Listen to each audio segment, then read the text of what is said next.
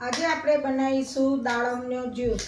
અત્યારે ગરમી હોવાથી દરેકને કંઈનું કંઈ જ્યુસી ખાવું પીવું બધું ગમે છે, પણ દાડમ એવી વસ્તુ છે કે એક ખાવા માટે એના બિયા નડે આ નડે, તો આપણે દાડમને ફટાફટ એનો જ્યુસ કાઢી લઈશું અને એકદમ ચીલ કરીને આપીશું। દાડમ છોલવાનો દરેકને કંટાળો આવે, તો હું તમને અહીંયા એક ટિપ્સ બતાવીશ કે તરત એના દાણા નીકળી જાય। આવી રીતે દાડમના બે ઊભા ભાગ કરી અને પછી તમારી પાસે આવો કોઈ ચમચો હોય કે કોઈ બી હોય, એનાથી તમારા આમ ગોળ ગોળ ફેરવતું જવાનું અને એની ઉપર ધીમે ધીમે ટેપ કરતું જવાનું।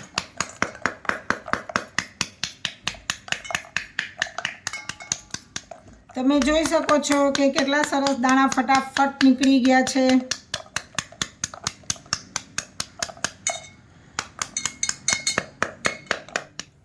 જુઓ, બધા દાડમના દાણા માત્ર 5 મિનિટમાં જ નીકળી ગયા છે।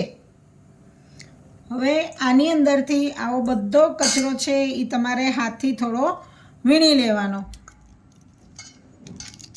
અત્યારે ગરમીમાં લોકોને લૂ લાગી જાય, ડાયરિયા થઈ જાય, તો દાડમનો જ્યુસ એ લોકો વધારે પ્રિફર કરે છે। એ શરીરને ઠંડક આપે છે અને તમારી પાચન શક્તિ માટે બહુ જ સારું હોય છે। દાડમના દાણા બધા ચોખ્ખા થઈ ગયા છે। હવે એને આપણે મિક્સર જારમાં નાખીશું।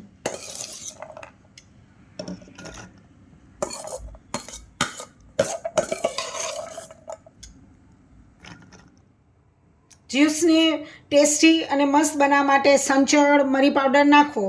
લગભગ અડધા ગ્લાસ જેવું પાણી નાખી દેવું।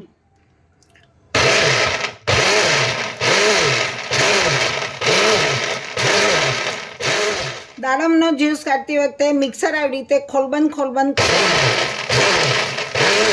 અને છેલ્લી વખત કરો ત્યારે એક ફૂલ આંટો લઈ લેવાનો।